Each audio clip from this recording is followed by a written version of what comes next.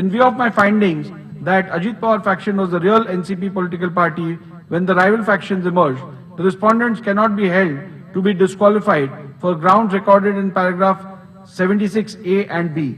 Even otherwise, irrespective of my conclusions about which faction was the real political party, for the reasons recorded herein below, the respondents cannot be held to be disqualified on the grounds recorded in paragraph 76. Irrespective of my conclusions on the real political party, in my considered opinion, none of the averments, contentions or pleadings raised by the petitioner, especially ground C to H recorded in paragraph 76 herein above, fall within the ambit of paragraph 21A of the 10th schedule of the Constitution. It is necessary to understand the scope and object of the said provisions of the 10th schedule of the Constitution. The object underlying the said provision was to curb the evil of political defection motivated by various considerations which endanger the foundations of our democracy. What is to be noted is that 10th schedule is intended only for the purpose of prohibiting and punishing defections, and that too with the objective of preserving the foundations of democracy. I am pained to observe that in the present matter, when the facts, circumstances and evidence are viewed, the misuse of the provisions of 10th schedule by political parties becomes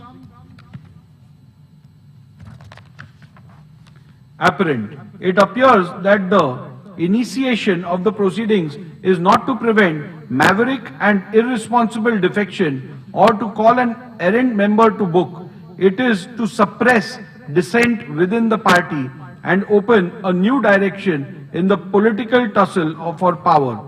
The attempt is to stretch the provisions of 10th schedule to suit private objectives of individuals or parties rather than prevent the harm that is caused to elective democracy itself.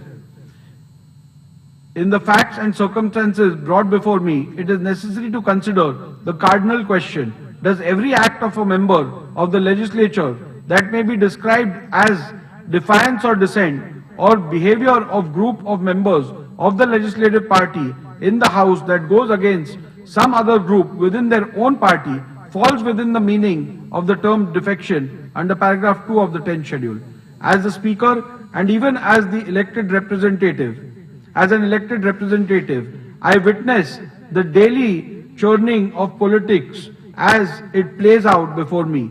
I see members, their political leaders and their parties as if through a kaleidoscope, making and breaking into new forms, forging new alliances, undoing old relationships, striking out in unknown directions. This is in the very nature of politics, and as we see it unfolding before our eyes, it is the reality of politics today.